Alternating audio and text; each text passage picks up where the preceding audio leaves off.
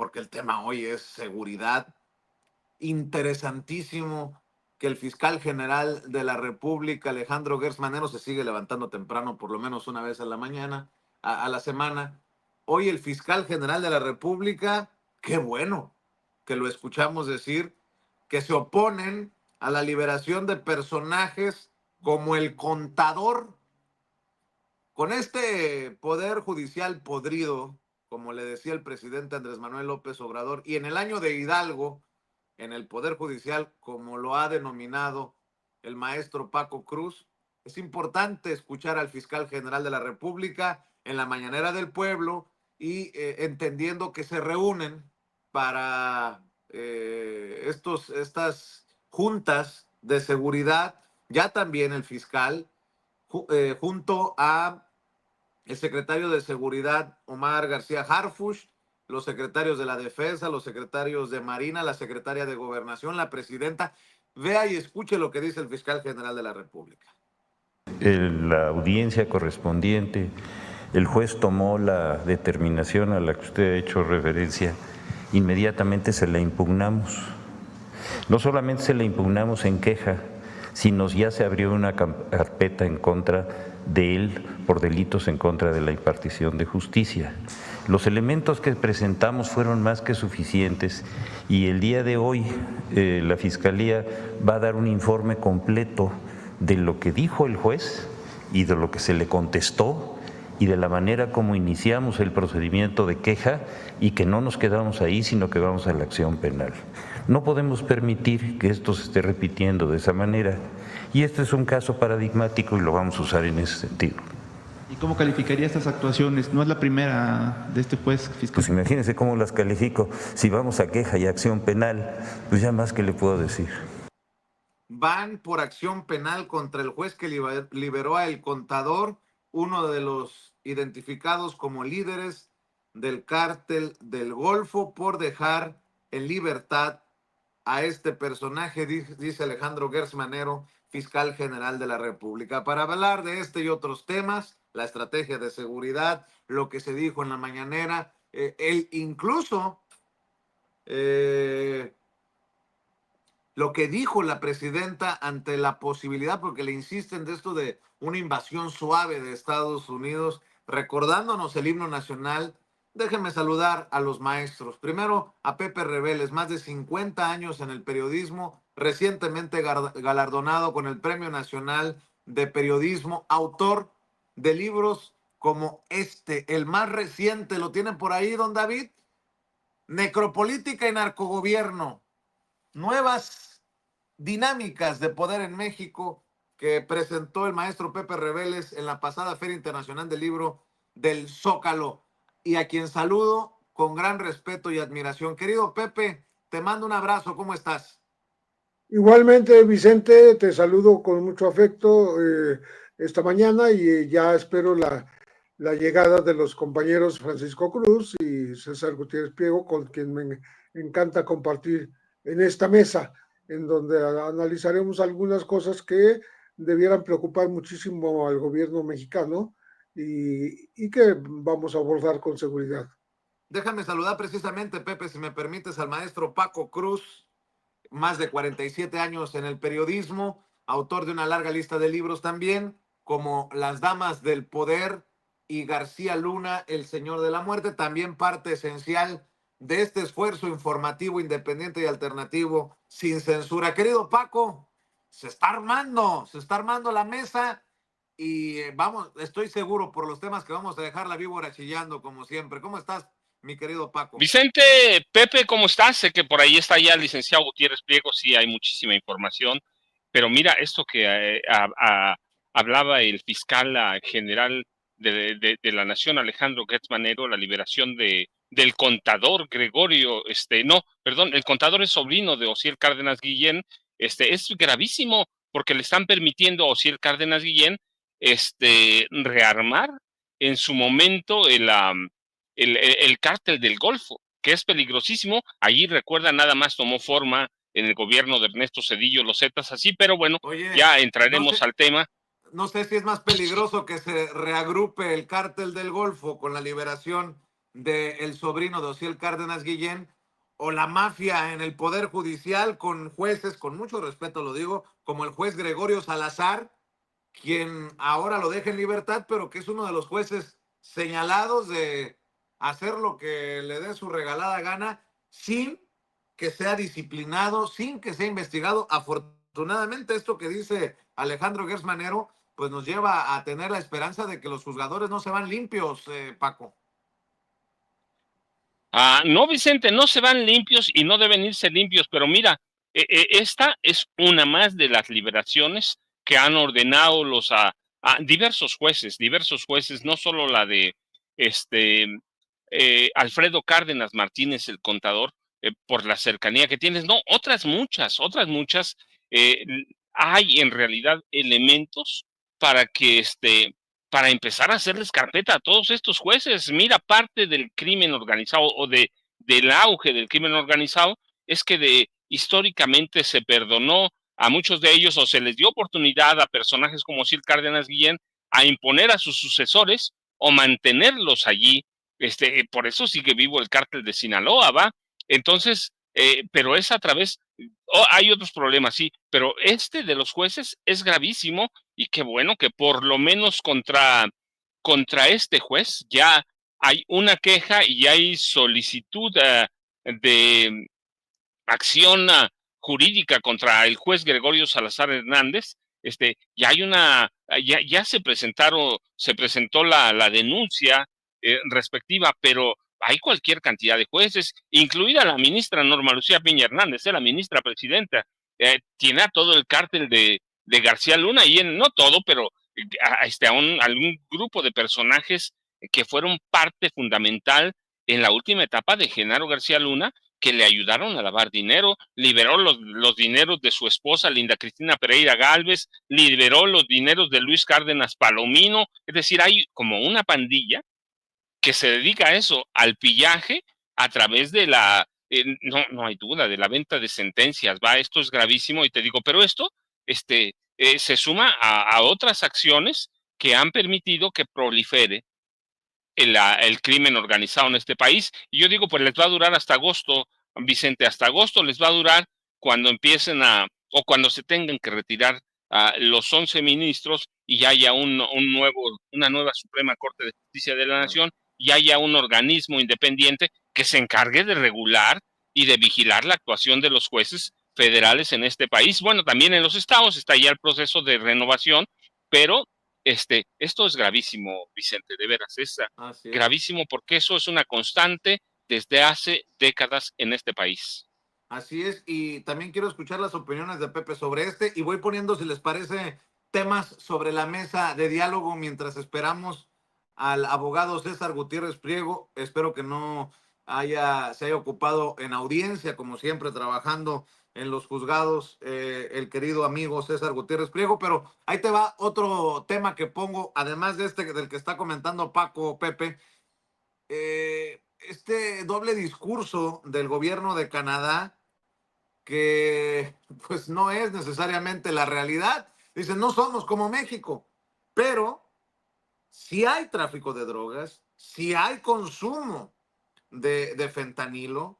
Vancouver sería la capital mundial del tráfico y consumo de fentanilo. A ver, otra cosa importante. Omar García Harfuch, el secretario de Seguridad, dice, en ese sentido, que se ha ido conteniendo la violencia en Sinaloa. Aclara que, por ejemplo, no se trató de un coche bomba, sino un ataque con posiblemente un dron, una explosión ocurrida en un ejido allá en Sinaloa por la mañana. En fin, hay tantos temas hoy en relación a la seguridad. Mi querido Pepe Reveles, escucho tus comentarios, tus opiniones. Bueno, primero abundar un poco en lo que anunció el fiscal Gersmanero, de que van a actuar contra jueces. Ya era hora, ¿no? Porque una cosa es criticarlos porque no hacen bien su trabajo, o más bien lo hacen específicamente mal porque defienden a lo indefendible, le dan libertades o le dan campo de acción a gente que está acusada penalmente por otros delitos y los dejan seguir tan campantes, ¿no? Entonces, en este caso, es muy relevante porque se trata ni más ni menos de la supervivencia del cártel del Golfo, es la vuelta, digamos, al mercado y a los negocios de un hombre que estuvo preso casi 23 años en los Estados Unidos, Ociel Cárdenas Guillén, ¿no? Que salió un poco anticipadamente porque estaba condenado a 25 y que son personas que no dejaron nunca de dedicarse a este negocio aún estando en la cárcel. Cuando Ociel Cárdenas y Benjamín Arellano estaban en prisión en México, yo me recuerdo muy bien cómo el propio gobierno admitía que estaban pactando en la cárcel ir contra Sinaloa. Es decir, seguían manejando los destinos y el rumbo que había de seguir cada uno de estos grupos criminales, pero estando ellos en prisión. Otra cosa, estaban en prisión y conservaron sus fortunas, porque tanto Ociel Cárdenas como Benjamín Arellano entregaron cantidades de millones de dólares que era imposible que tuvieran después de estar o sería imposible que tuvieran después de estar tantos años en la cárcel en México, y cuando van a Estados Unidos pueden pagar esas multas de 100 millones de dólares que les imponen los jueces, ¿no? Y entonces estamos hablando de una impunidad que atraviesa las rejas de las prisiones, ¿no? Y que les permite, incluso ahora como en el caso de Ociel Cárdenas, salir de prisión y seguir operando de esta manera a través de los jueces para defender a su propio sobrino el contador, ¿no? Alfredo Cárdenas Martínez, ¿no? De tal manera que el negocio sigue vigente, más allá de que hayan estado en prisión, ¿no? Esto es por lo que hace al anuncio de Gers. Y lo que tú dices que me parece muy interesante cómo lo aborda el licenciado César Gutiérrez Priego, cómo el gobierno de Canadá se porta de manera hipócrita diciendo que no son como México, pero simultáneamente tenemos que en este país algunas de sus ciudades, Vancouver en específico, pues son realmente fuentes de circulación y de producción, de trasiego, perdón, de fentanilo. Se confirma lo que ya había dicho alguna vez China cuando Estados Unidos lo criticó por mandar los precursores para hacer el fentanilo en México, en Canadá y en propio Estados Unidos. Se confirma cómo Canadá es productor de fentanilo, pero en gran escala. No es casual que surta también de este ilícito, de esta droga ilícita que se hace en laboratorio y que mata pues, a más de 100,000 estadounidenses cada año, ¿no? Entonces, ya no es nada más echarle la culpa a México como productor, sino que también participa Canadá en este comercio internacional, ¿no? De tal manera que yo creo que va a tener que haber una reconsideración de cómo Estados Unidos está, digamos, criminalizando, culpabilizando a su vecino del sur y empiece también a culpar a su vecino del norte, que es Canadá, por justamente producir esta droga mortal para los Estados Unidos, ¿no? Para la clientela estadounidense, ¿no? Que es la consumidora. Y también los canadienses son consumidores de fentanilo, mucho más que en México. Entonces, esto abre una nueva perspectiva, modifica un poco las amenazas de Trump, quién sabe si él vaya a querer enmendar, porque él culpa tanto a México como a Estados Unidos de la introducción de drogas al territorio estadounidense y también a la llegada de indocumentados. Entonces, creo que sí es una información nueva, me parece muy importante, muy relevante, y cómo la aborda esta columna del licenciado César Gutiérrez Priego, para que entendamos exactamente, porque no se trata de negocios locales que se circunscriben a las fronteras, al contrario, trasponen las fronteras porque son un negocio global que deja muchos millones de dólares y por eso es por lo que se produce tanto en Canadá como en Estados Unidos y como en México. En México se ha sabido cómo se instalaron muchos laboratorios, sobre todo de eso se culpaba a Ovidio Guzmán Salazar, que está preso en los Estados Unidos, de haber fundado no menos de 14 laboratorios para la producción de fentanilo. Pero bueno, Canadá también, que no se haga que la Virgen le habla, ¿no? Entonces yo creo que es realmente importante saberlo, analizarlo y modificar el modo de ver las cosas de este negocio global por necesidad y por excelencia. Así es, Pepe. Por cierto, va llegando el abogado César Gutiérrez Priego, gran amigo, ya lo sabe, incluso hay que decirlo ya, aspirante a ministro de la Suprema Corte de Justicia de la Nación en el proceso que nos llevará a elegir por primera vez en la historia y como único país en el mundo a nuestros juezas y jueces, a nuestros magistrados y magistradas y a nuestros ministros y ministras el próximo 1 de junio. Querido César, te saludo con mucho gusto, poniéndote al tanto. Hablábamos del anuncio del fiscal general de la República buscando ya castigo para los jueces que suelten a presuntos delincuentes. Estábamos hablando de esta hipocresía de Canadá y de Estados Unidos que solamente quieren ver hacia el sur lo malo.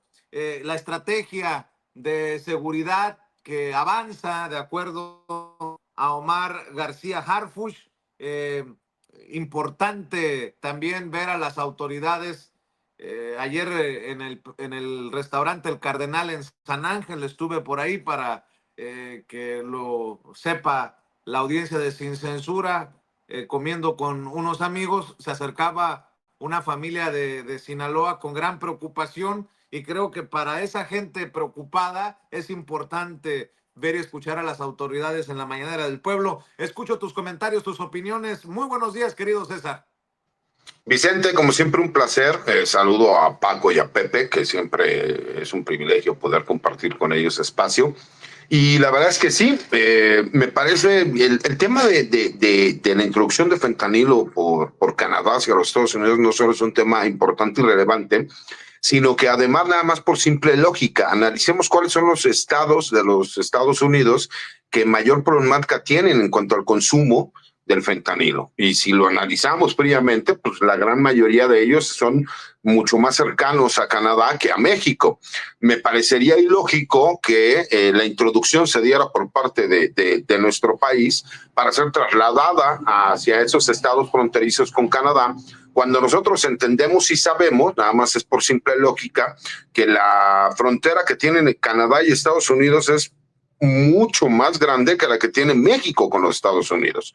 Segunda, el hecho de que escuchemos a la embajadora de Canadá señalar de que supuestamente es mínimo, ¿no?, la incautación de fentanilo que hay de Canadá hacia los Estados Unidos, lo que nos muestra no es que no existe el tráfico, sino que más bien no es combatido como debería de ser, cuando nosotros tenemos una ciudad como Vancouver, ¿no?, que es la capital del fentanilo a nivel mundial, que recordemos que en Canadá está permitido el uso recreativo de drogas duras y que apenas hace poco tiempo fue cuando se tomó la decisión de que no se podía consumir en lugares públicos, ¿no?, como parques, como bibliotecas, etcétera, derivado de también el problema grave de salud que ellos están enfrentando por todas estas muertes por sobredosis de drogas.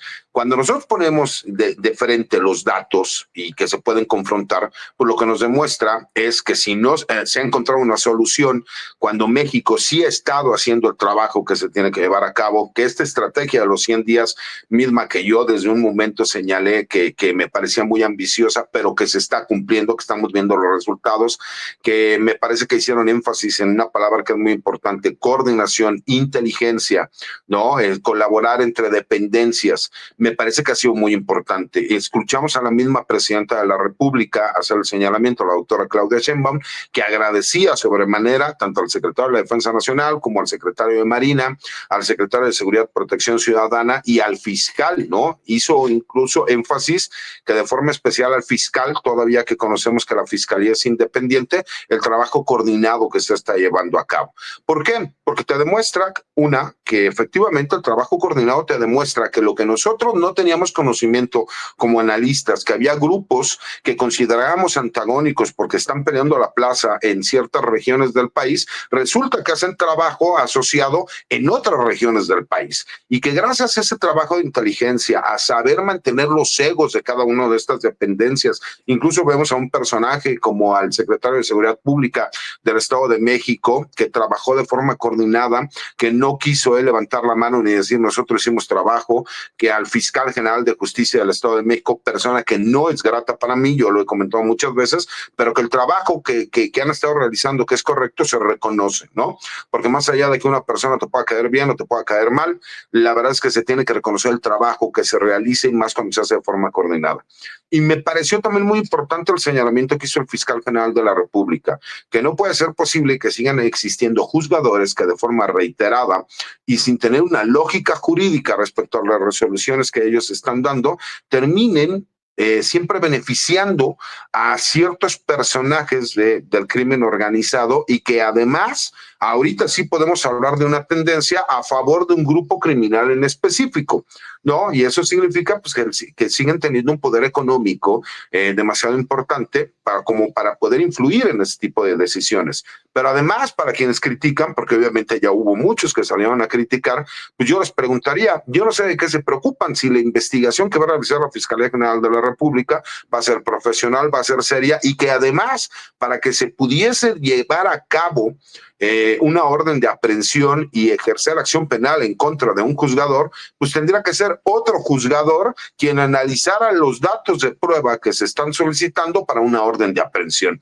Entonces, el mismo Poder Judicial sería quien revisaría si el trabajo de investigación de la Fiscalía General de la República es conforme a derecho, si hay pruebas suficientes como para poderla solicitar y existen los datos de prueba como para demostrar que efectivamente una persona no está emitiendo resoluciones de acuerdo a su real saber entender conforme a derecho, sino porque hay un beneficio oculto, ¿no? En lo cual nos pudiese demostrar que existe realmente contubernio con algún personaje ligado a los grupos criminales. Me parece que ese punto es muy importante y agradecerles, ¿no? Que aunque llegamos un poco tarde por una cuestión de trabajo, el siempre poder convivir contigo, Vicente, que independientemente de que tenemos una amistad personal, el debate muchas veces se da de forma abierta, que puedo decir lo que yo quiero, como yo quiera, en el momento que yo quiera, se agradece, y el que Paco y Pepe, que saben el cariño y el respeto que les tengo, poder siempre ver los diferentes puntos de vista.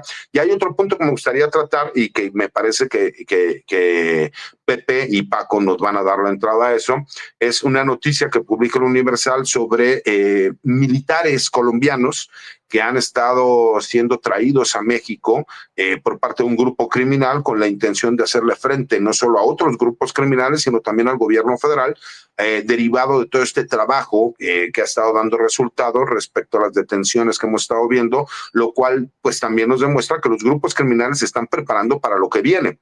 Y ellos están tratando de hacerlo, ¿no? A ver, perdóname, a ver si entendí. ¿Es algo así como un grupo paramilitar? O sea, militares colombianos que se traen a México para actuar. A ver, explícanos, por favor, porque esto sí está muy cabrón.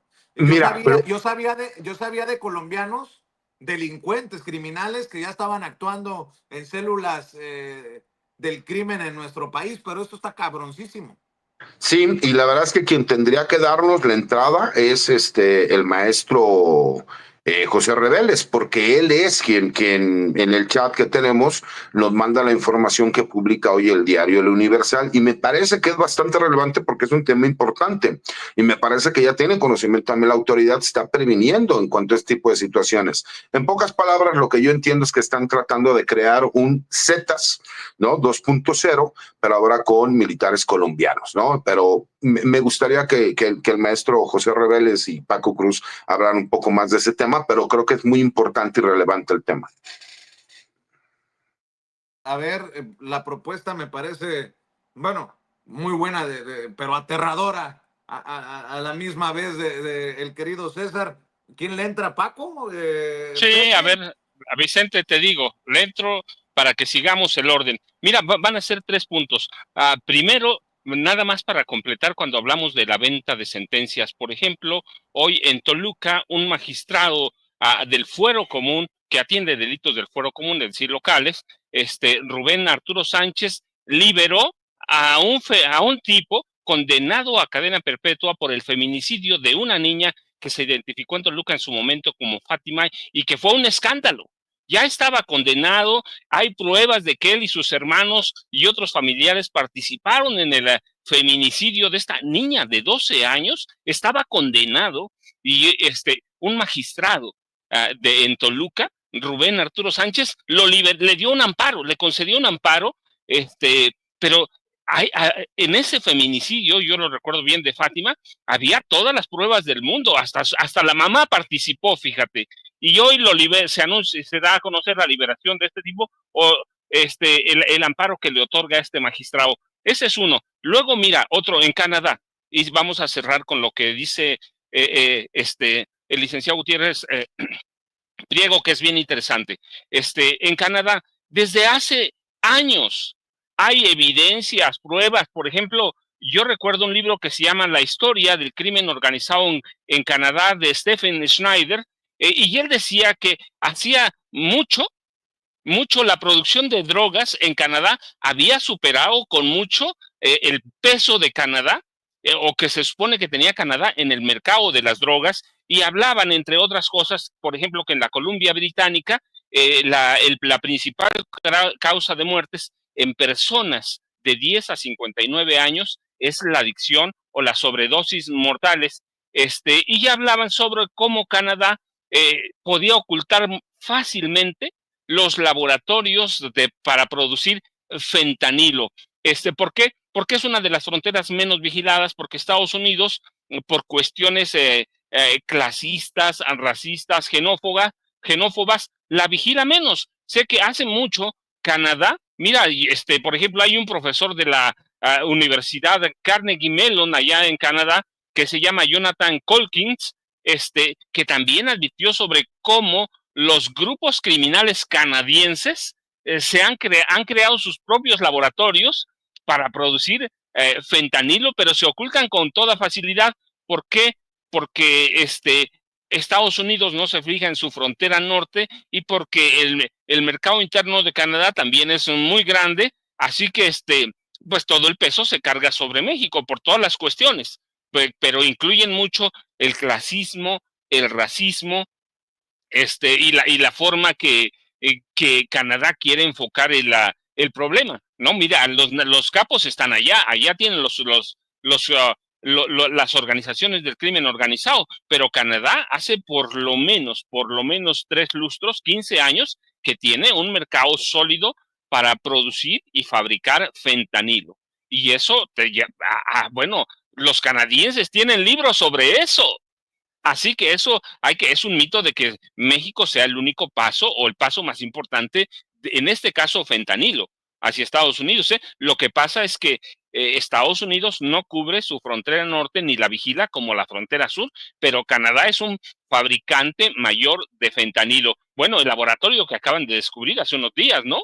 Eso te dice la magnitud del problema y cómo lo enfocan personajes como Stephen Snyder, que es escritor, autor, o académicos como John P. Colkins, que se han enfocado a estudiar el problema del mercado de drogas en Canadá. Y dicen, pero si aquí tenemos nuestro propio nuestra propia producción de fentanilo. Así que eso de que México, pues ese es otro problema. Es un problema de clasismo, de racismo y de cómo los canadienses quieren empujar para que nos vean solo como grandes productores de fentanilo, cuando ellos también son grandes productores, pero Estados Unidos no tiene idea de cuánto fentanilo pasa por su frontera norte. ¿Por qué? Porque es una frontera menos vigilada por cuestiones históricas de clase y de raza. Así que bueno, ese es el segundo. El otro problema que plantea, mira, ya lo hemos hablado en algunas ocasiones, mercenarios de Colombia hay hace mucho tiempo. Los soldados colombianos que están bien capacitados, bien entrenados, son contratados por cárteles mexicanos para venir a operar aquí. Son mercenarios, va, abiertamente. Pero no es una historia nueva. No es una historia nueva. Cuando Zedillo dio el visto bueno para que Osiel Cárdenas Guillén, mira, todo se va encadenando para que Osiel Cárdenas Guillén le diera forma al cártel de los Zetas y le quitaran la atención a lo que era el cártel de Colima, que era el que manejaba toda la producción y exportación de drogas sintéticas que conocemos como metanfetaminas y que finalmente llevan al fentanilo. Le da oportunidad para que el cártel del Golfo conozca toda la forma de operar del comando Zulu, que son los Zetas, soldados, y esos comandos Zulu se habían capacitado con caiviles de Guatemala, soldados caiviles que son los soldados más reconocidos de América Latina en cuestión de lucha contra el terrorismo. Incluso fueron en su momento cascos azules y ellos, ellos habían formado el Comando Zulu y después ellos conocían el Comando Zulu, que pasan a ser los Zetas ya en el cártel del Golfo, importan a comandos caiviles, que son los que los capacitan. Así que hoy no es, sí es muy fuerte y debe ser una novedad, pero ya hay una historia larga a partir del cedillismo de la contratación de soldados extranjeros como mercenarios en México. ¿Para qué? Para matar en México. Hay en Estados Unidos suficiente literatura que advierte también cómo grupos de Estados Unidos han preparado a mercenarios para servir en México, y han preparado a soldados mexicanos que luego sirven a los cárteles de la droga. Hay cualquier cantidad de literatura en Estados Unidos sobre eso. El Comando Delta, por ejemplo, en Estados Unidos prepara soldados mexicanos para matar y luego incorporarse a los cárteles de la droga. Así que es una historia que es gravísima, complicada, pero es una historia que tiene sus raíces en el cedillismo, porque conocen el Comando Zulu, conoce la forma de operar de los caiviles, se prepara con los caiviles y luego importa caiviles a México para operar al lado del cártel del Golfo. Así que ahora el cártel de Jalisco Nueva Generación, que es el que contrata soldados colombianos, pues nada más sigue la escuela de los Zetas, la escuela del cedillismo, que hay soldados en América Latina como los colombianos que son eficaces y preparados para combatir o para aniquilar al enemigo. Es en este caso aniquilar. Y esa es la historia. Así que sí es peligrosísimo, sí. ¿Es otro peligro? Sí. Y yo por eso te decía al principio, es complicadísimo la liberación del sobrino de Osiel Cárdenas Guillén, porque ellos tienen esa escuela, contratar soldados extranjeros, en especial aquellos que formaron los caiviles, que ahora ya no existen como tales, pero ahí están los caiviles, todavía están vivos, están actuantes, y ahora tienes mercenarios que son caiviles, mercenarios que son colombianos, pero también en algunas ocasiones los cárteles han contratado soldados peruanos, soldados de otros países para contratarlos como mercenarios. ¿Cuál es la tarea de un mercenario? Matar, aniquilar. Así que es una historia vieja. Vicente, Pepe la conoce bastante bien, pero tiene la razón el licenciado Gutiérrez Priego, es peligrosísimo, pero es una historia que empieza con el cedillismo y es una historia que podemos trasladar incluso a 1954 con Adolfo Ruiz Cortines, cuando mandan a los primeros soldados a prepararse, soldados mexicanos a prepararse en grupos, escuelas estadounidenses especialistas en matar, asesinar, torturar. entre ellas, las Américas y algunas de Gran Bretaña. Así que un problema grave, pero que tiene sus raíces recientes en Cedillo y anteriores en el gobierno de Adolfo Ruiz Cortines, Vicente y Pepe y César. Muy bien, Paco. Sobre este tema le agregamos que han de estar muy contentos, nótese mi sarcasmo. Obviamente están enojadísimos en el Poder Judicial porque ya les ordenó la Corte devolver los fondos de los 13 fideicomisos, aquellos famosos fideicomisos. El gobierno podrá disponer de más de 17,236 millones de pesos. O sea, súmenle al enojo de estos en el Poder Judicial que no quieren la reforma a ese Poder Judicial podrido. Y bueno, por no dejar, solo a lo mejor, estas diferencias con Canadá no podrían llevarnos en México a revisar lo laxas de las leyes y de las normas para que operen en nuestro país las mineras canadienses que ustedes por tantos años en el periodismo, Pepe, Paco, han documentado que se sirven con la cuchara grande, llevándose la riqueza de México y muchas veces ni pagando impuestos. Querido Pepe, ahí vamos dejando temas. Escucho tus comentarios, tus opiniones. Sí, yo quisiera ampliar el tema de los colombianos en México en la medida en que hay dos novedades. Una, que quien los está contratando es el cártel del Golfo. Dos, que los están llevando específicamente a Michoacán a combatir a sus enemigos. Tres, que les están pagando una cantidad cercana a los 50,000 pesos mensuales. Hay un equivalente ahí en millones de pesos colombianos y en dólares, pero es una cantidad bastante atractiva para este tipo y les pagan la estancia y le pagan el avión hasta México.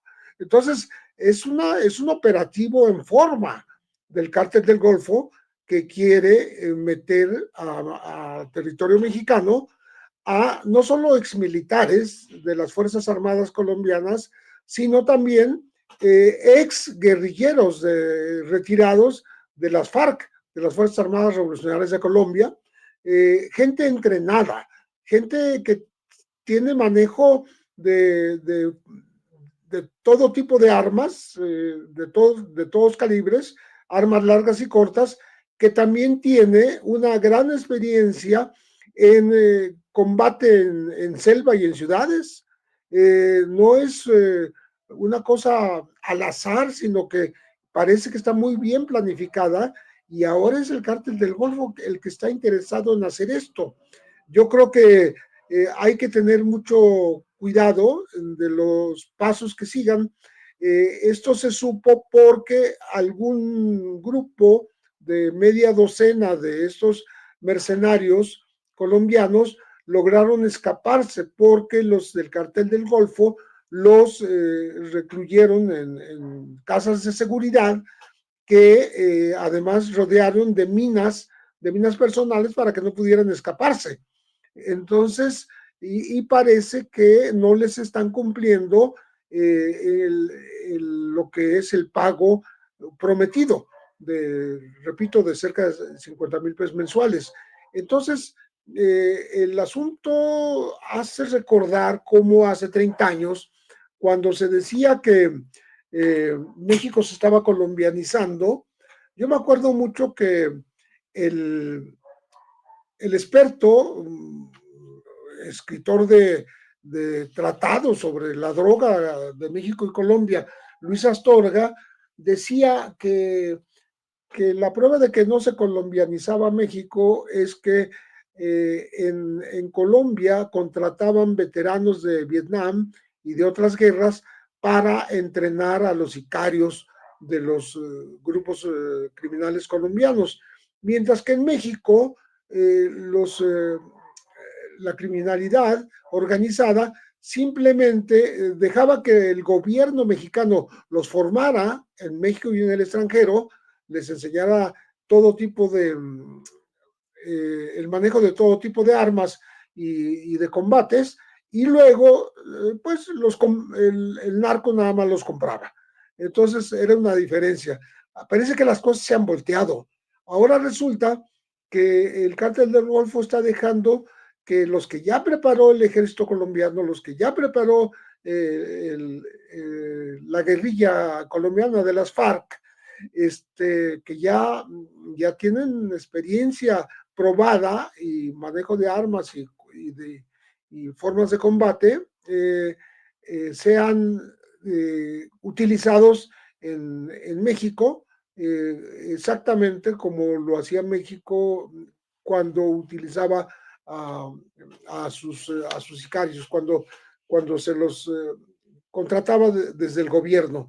Entonces estamos hablando de un operativo que podría, se menciona hasta una cifra importante de más de 300 mercenarios que estarían ingresando a México.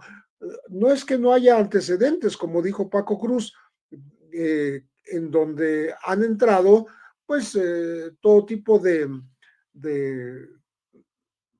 delincuentes colombianos, pero ahora estamos hablando de formalmente de estos militares y que son trasladados por los mexicanos, por los cárteles mexicanos. No es que estén llegando a territorio mexicano y aquí los contraten. No, ellos vienen específicamente contratados desde este país sudamericano. Entonces, eso hace una diferencia muy importante y podrá en el futuro ser un problema para México porque estamos hablando de un grupo criminal como el cártel Jalisco Nueva Generación. El cártel Jalisco Nueva Generación es el que los está trayendo, perdón, no sé si me equivoqué, cártel Jalisco Nueva Generación, que podría programar, por decir algo, la contratación de otros 300 si los necesita. Entonces, estamos tocando un piso muy peligroso, que es el sicariato extranjero organizado en estos grupos mercenarios que vienen específicamente a combatir a nuestro país. Ya ocurrió, como se mencionó en el caso de los caiviles. Todos los cárteles mexicanos de la droga, de alguna manera, alguna vez contrataron a estos sanguinarios soldados entrenados por Estados Unidos. For the ones who know safety isn't a catchphrase, it's a culture. And the ones who help make sure everyone makes it home safe. For the safety-minded who watch everyone's backs, Grainger offers supplies and solutions for every industry, as well as safety assessments and training to keep your facilities safe and your people safer. Call, clickgrainger.com, or just stop by. Grainger, for the ones who get it done. De informaciones de personas que tuvieron acceso a conversar con estos hombres que vinieron específicamente a combatir a México y que lograron escapar porque al parecer los trataron mal y no les estaban cumpliendo con lo prometido en el pago por su trabajo criminal, porque como decía Vicente hace rato, pues son mercenarios y vienen a matar, no vienen a otra cosa. Ni siquiera se habla de que trafiquen, de que hagan otro tipo de actividad, ¿no? De cobro de pisos, no, vienen a matar gente. Entonces, yo sí le pondría mucho ojo al asunto y que la autoridad mexicana esté pendiente de cómo se van a mover estas personas, que las ubique y bueno, y que las devuelva a su país, ¿no? Así es, Paco. Y por cierto, también tu columna habla de megaoperativos que llegan a la Ciudad de México, querido César, ya no solamente en el Estado de México con el operativo Enjambre, ahora también contra la piratería y hoy se da un reporte, una claridad de cómo está en temas de seguridad nuestro país. Seguimos conversando, mi querido César. Sí, así es. Incluso no fue nada más la actividad criminal que conocemos todos los días, ¿no? Como el cobro de piso, la extorsión, el tráfico de drogas, el robo, el asesinato, sino también muchos de estos grupos criminales diversifican sus actividades, pues con el compro de mercancías ilegales, ¿no?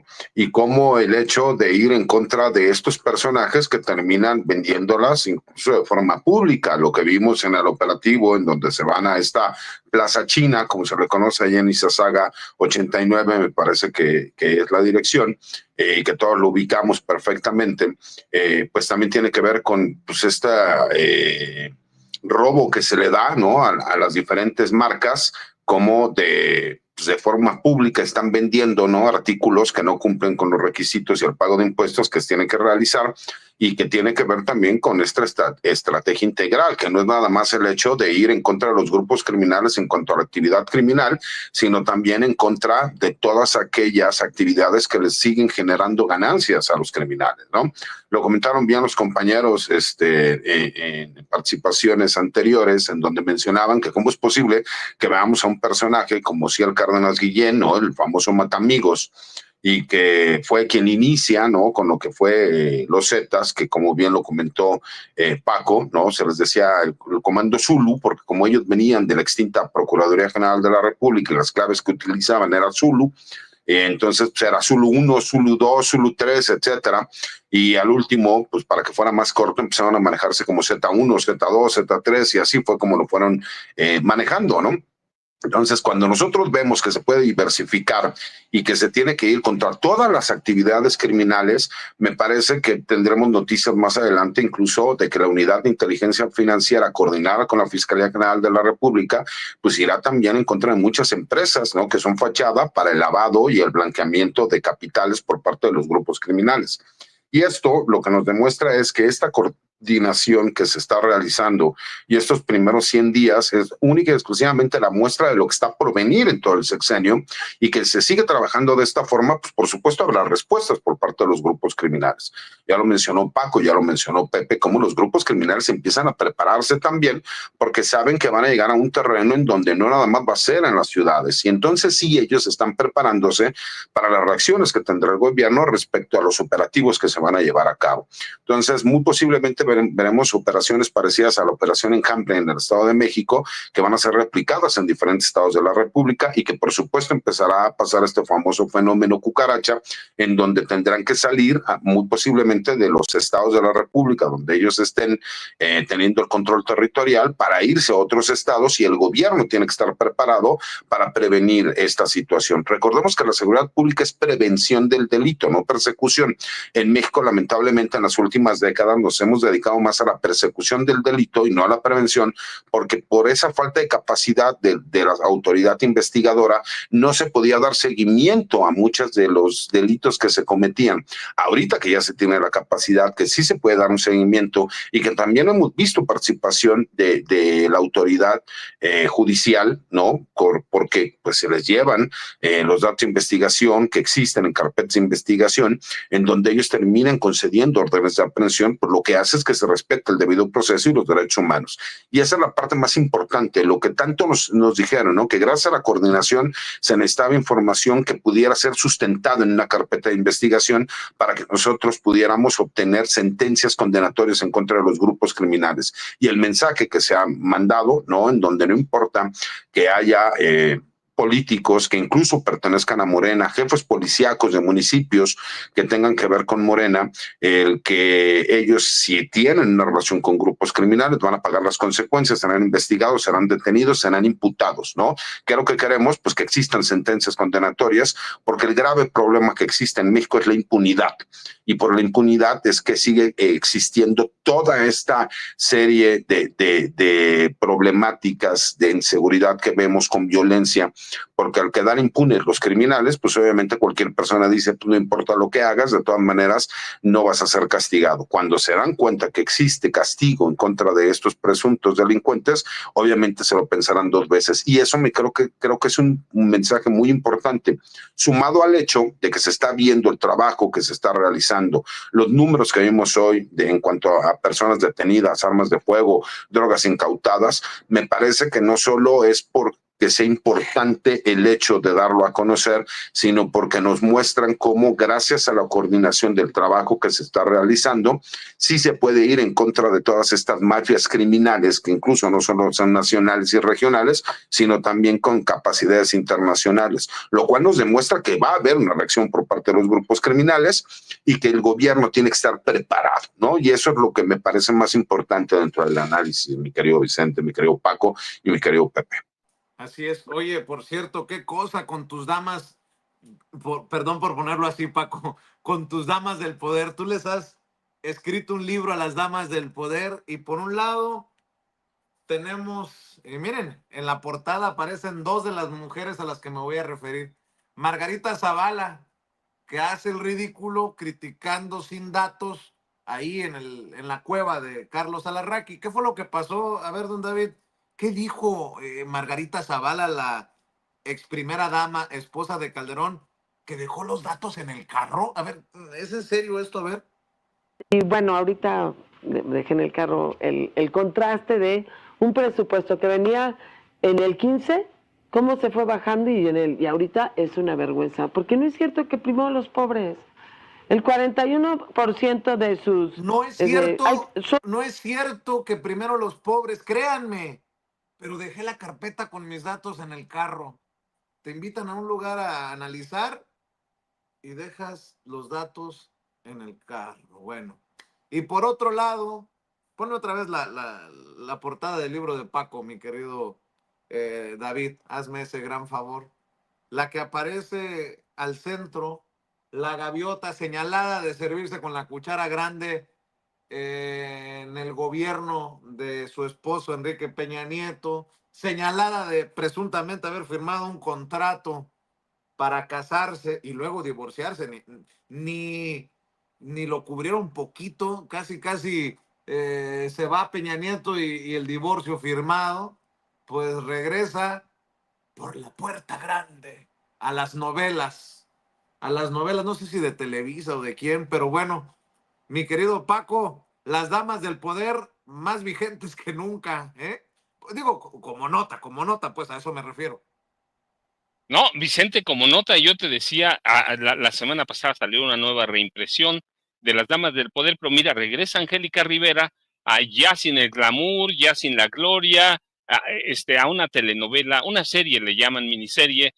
Hay secretos que solo una mirada puede revelar. Con esa misma mirada, regresa a ViX, a la cadena ViX, que es un streaming, regresa la gaviota. Mirada cómplice será, porque resulta que la gaviota no vio nada con el desmadre que hizo su esposo. Perdón por interrumpir. No, fíjate, Vicente, iba para allá. Yo digo, si esa misma mirada nos va a revelar que fue cómplice de Enrique Peña Nieto, que fue partícipe del saqueo, del saqueo a Los Pinos, del saqueo al erario nacional. Y si, como dice la publicidad, yo digo, hay secretos que solo una mirada puede revelar, pues hay que ver todo lo que nos puede revelar a la gaviota, todo lo que escondió, y regresa ya sin ese glamour, sin ese poder político que le dio su llegada primero a la gubernatura del Estado de México, y cuando apenas acababa de dejar, recuerdas, tenía su éxito La Gaviota, bueno, su telenovela, que era un remake de Destilando Amor se llamaba, un remake de el melodrama colombiano Café con Aroma de Mujer, y que le habían dado como 6 millones de televidentes, y esos 6 millones lo buscaban para darle piso sólido a la elección de Enrique Peña Nieto. Ya sabemos que eso fue un fraudezote escandaloso, pero ahora regresa, yo digo, con un cargo fantasmal o con una carga histórica fantasmal ya sin ser la mujer más poderosa de México, yo digo, me pregunto si una telenovela, si una miniserie, que además es un remake de de una telenovela, le va a alcanzar para dejar la sombra de la corrupción, no solo a través de la Casa Blanca. Si mira, si el DIF no desapareció, verdaderamente fue de milagro, porque derrocharon todo el dinero, por no decir se lo robaron, porque lo descuidaron, porque ella se dedicó al glamour con sus hijas en Estados Unidos, en Europa. Los señalamientos de corrupción sobre Angélica Rivera no eran una casualidad, y hoy regresa, dices tú, regresa como estrella, pero yo digo, regresa sumida en el descrédito, en una tragedia sexenal, perpetuando pasajes oscuros, encadenada a la opulencia, al abuso de poder, a la impunidad, al despilfarro, el enriquecimiento personal, o sirviendo de dama compañía a Enrique Peña Nieto, porque eso hizo. Sirvió de dama compañía como un florero muy caro, Vicente, que le costó a este país. Ese es el regreso de Angélica Rivera a las telenovelas. Y mira, porque la gente lo va a saber, ya lo empezó a manejar. El productor de esa serie es de pronto se me olvidó, ¿Quién? déjame decirte, nuestro cuate, Epigmenio. Epigmenio Ibarra. Mira, sabía que te ibas a acordar. Epigmenio Ibarra es el productor, ¿sí? Sí, claro, sí, lo anunciaron ya en la semana. Así que mira, ya regresa esta mujer. Y de lo de Margarita, mira, pues, ¿qué podemos decir?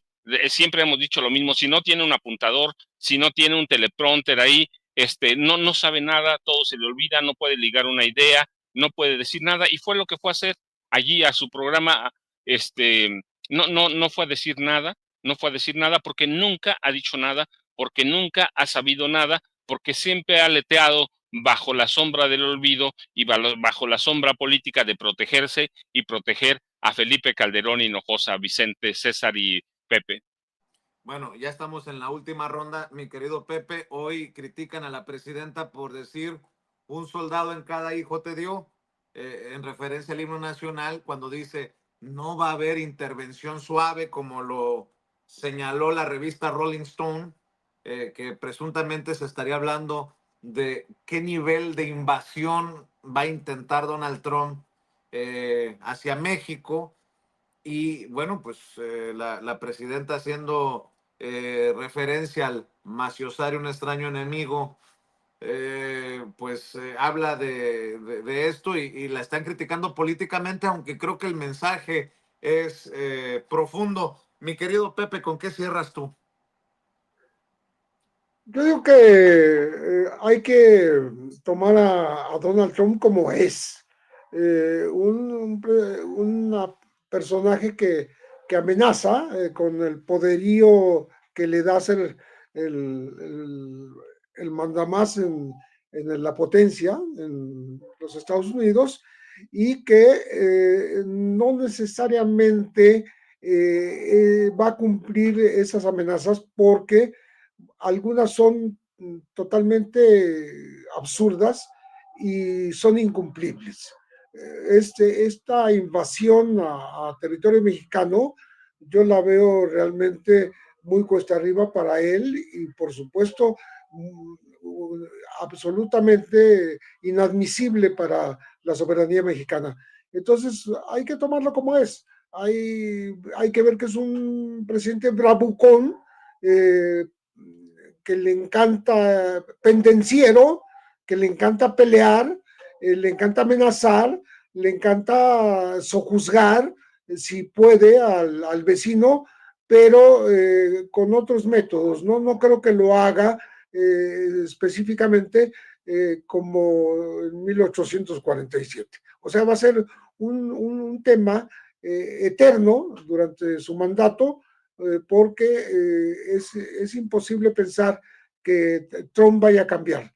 El tipo es como es, tiene un perfil agresivo, ofensivo, amenazante, quiere sojuzgar a la gente a base de estas amenazas, de estos amagos, y bueno, y ahora con el ejército de los Estados Unidos. Entonces, definitivamente no creo que lo veamos, no lo creo, pero sí, hay que ponerle un freno con la política, con un, un ofrecimiento de alternativas, como lo ha hecho la doctora Sheinbaum, de que sean diferentes a lo que él propone, ¿no? Si contra los aranceles, el convencimiento de que van a afectar exactamente a la economía de los Estados Unidos también, no nada más a México, ¿no? Y a Canadá, como lo está diciendo, y a China, que ya los tiene encima, ¿no? Y contra los indocumentados, tú no puedes cambiar una realidad que existe, el tránsito de personas por todo el mundo nunca se ha podido frenar y no va a ser el primer lugar donde se logre que sea la frontera México-Estados Unidos.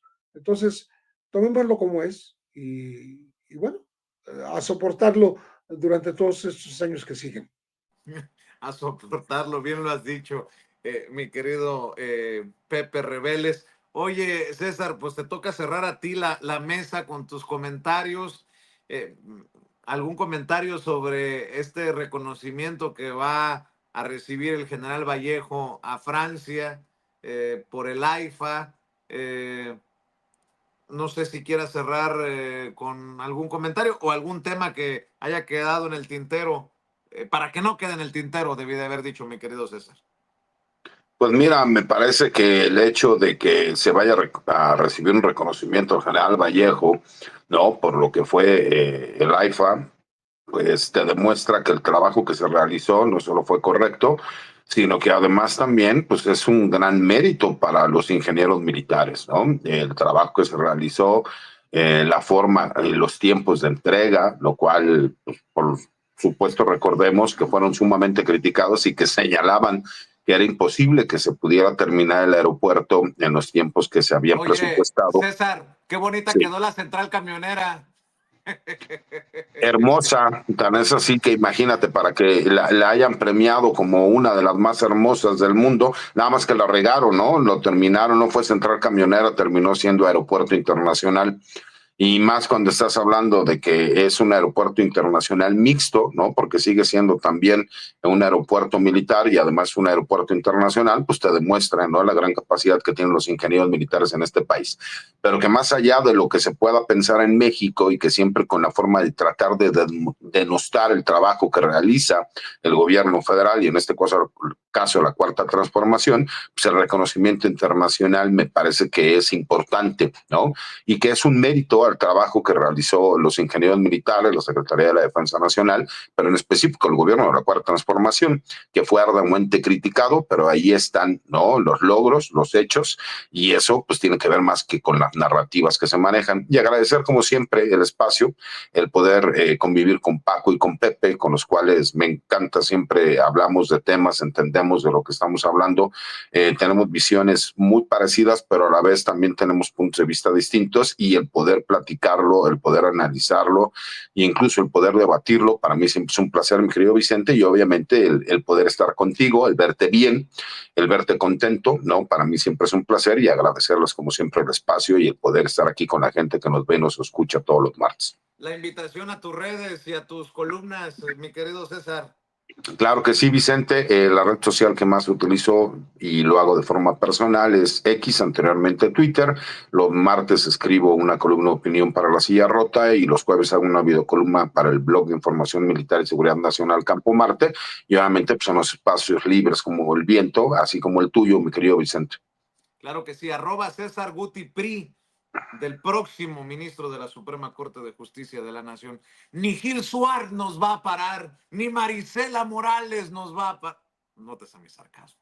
Mi querido Pepe Rebeles, sé que no tienes redes sociales, qué bueno, maestro, pero sigue escribiendo.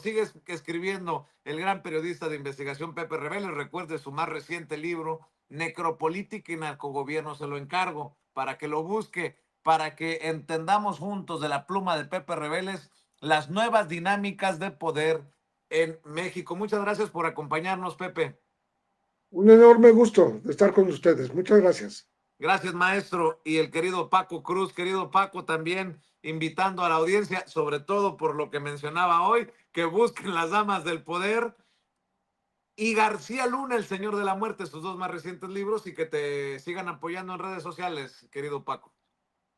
Vicente, pues yo te dejo un abrazote a Pepe, a César, a los tres, ya saben, la estima es recíproca y de veras yo espero ya pronto saber cómo va a organizar el licenciado Gutiérrez Priego su campaña, que yo entiendo que no es una campaña política, pero sí tiene que hacer cierta campaña de acercamiento con la población, de darnos, cómo nos van a dar a conocer esa forma que tienen de ver las leyes o cómo se deben aplicar y cómo van a hacer que nosotros entendamos algo del trabajo que deben hacer los impartidores de justicia.